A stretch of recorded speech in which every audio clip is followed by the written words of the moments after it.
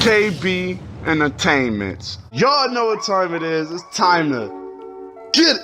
It's time to hope y'all boys out, man. Listen, there's so many people out there trying to hit them layups with their centers. Now I got the best 3 layup package in the game, and I got some tips that's gonna help y'all out as a center. Man, 'cause I know people out there having some rough times as a center. Some people don't. But let's say you're good and you just want to make your skills be more sharp. I got y'all. Now, before we dive into it, go ahead and hit that like, subscribe, hit that notification button. And it's time. Now, the first layup package I'm going to show you. There's no particular order, but because of the sake of this video, I'm going to put them in order. Now, listen. Number three layup package is long athlete. Now, long athlete, it gets the job done. Now, it's number 3 at a reason. Out of all the layup packages for centers, and which one is best for centers, long athlete comes in third. Now, if your wingspan is really long at the same time as using this, it absolutely works perfect. For some reason, it makes it better for you. So if your wingspan is over default, like 1 or 2, maybe 3, this is actually going to be perfect for you. It's going to get the job done, especially if you're using a boost.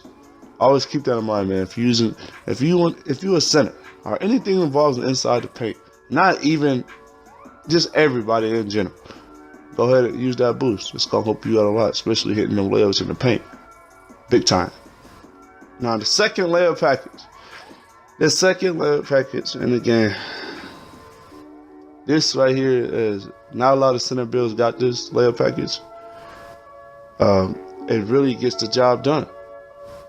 Like, if you got this layup package, you're able to get it. A lot of pure athletics really can get this, or a high overall players on it and got high layups on it. Centers can do this. That came out clear enough. Yeah, I think that did come out clear enough. Yeah.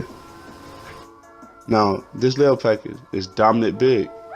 Now, dominant big is one of those layups where I was just taking over.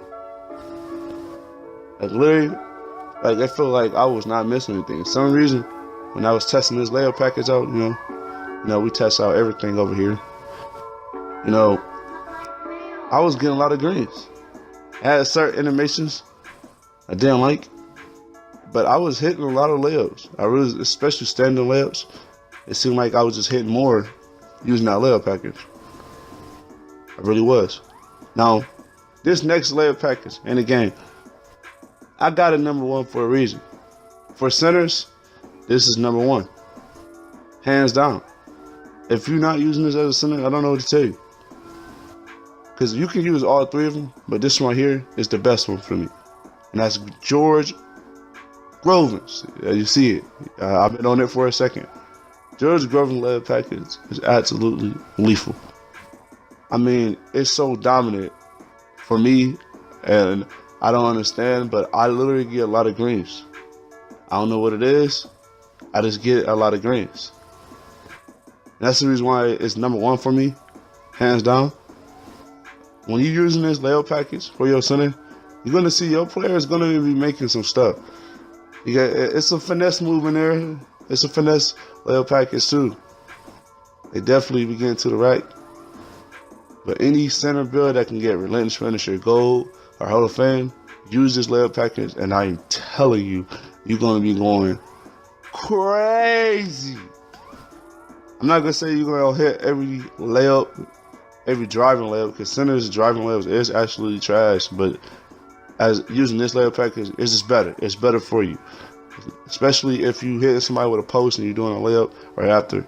Yeah, it's great. And especially if you was in my career grinding for like a layup badge, like an acrobat and a relentless finisher, that layup package is going to work out perfect. But now that's all the 3 layup packages that centers should be using. So just to recap it, long athlete,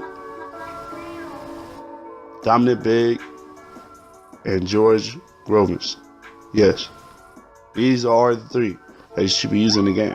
Now, like I promised, I told y'all I got some tips for y'all as a center. Now, a lot of people have a lot of problems with centers. It really is on defense. Now, on defense, it can be kind of tough. Why I say it kind of be tough? Because a lot of times, if you playing part, you're going to be guarding positions that's not your position at all. So, what you want to do, I'm going to give y'all some best tips. Now, you don't really want to stand in the paint at all. You want to stay in the mid-range area. You want to stay in the mid-range area. If you're just sharpshooter, you want to stay up a lot closer, of course. If you're a sharpshooter, it's going to be hard. You just got to keep staying in front of them. I know you got a tendency to drop, but that's what makes the good centers really good. But that's the difference from a good center to a trash center. Like, once you can stop them limitations and you just want to stick into the paint, you'll be good. Like, you just stick on your shooter, especially because a lot of times you probably be going stretch fours. So you definitely got to stick that shooter. You just want to keep doing that. Make sure he don't get the three or nothing. Don't worry about other people scoring. Just know that your guy is not shooting no threes. So just keep that in mind on defense.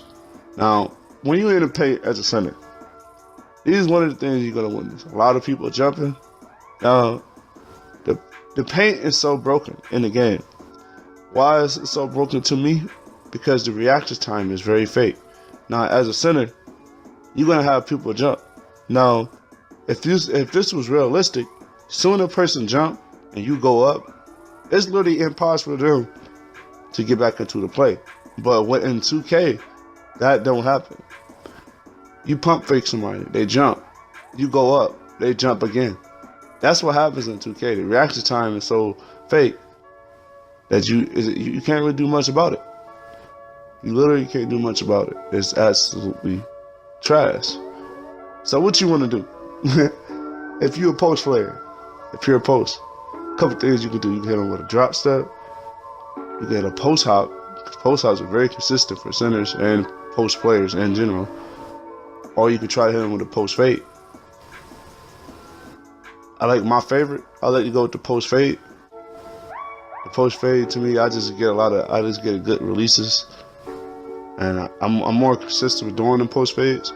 Post hops work a lot too.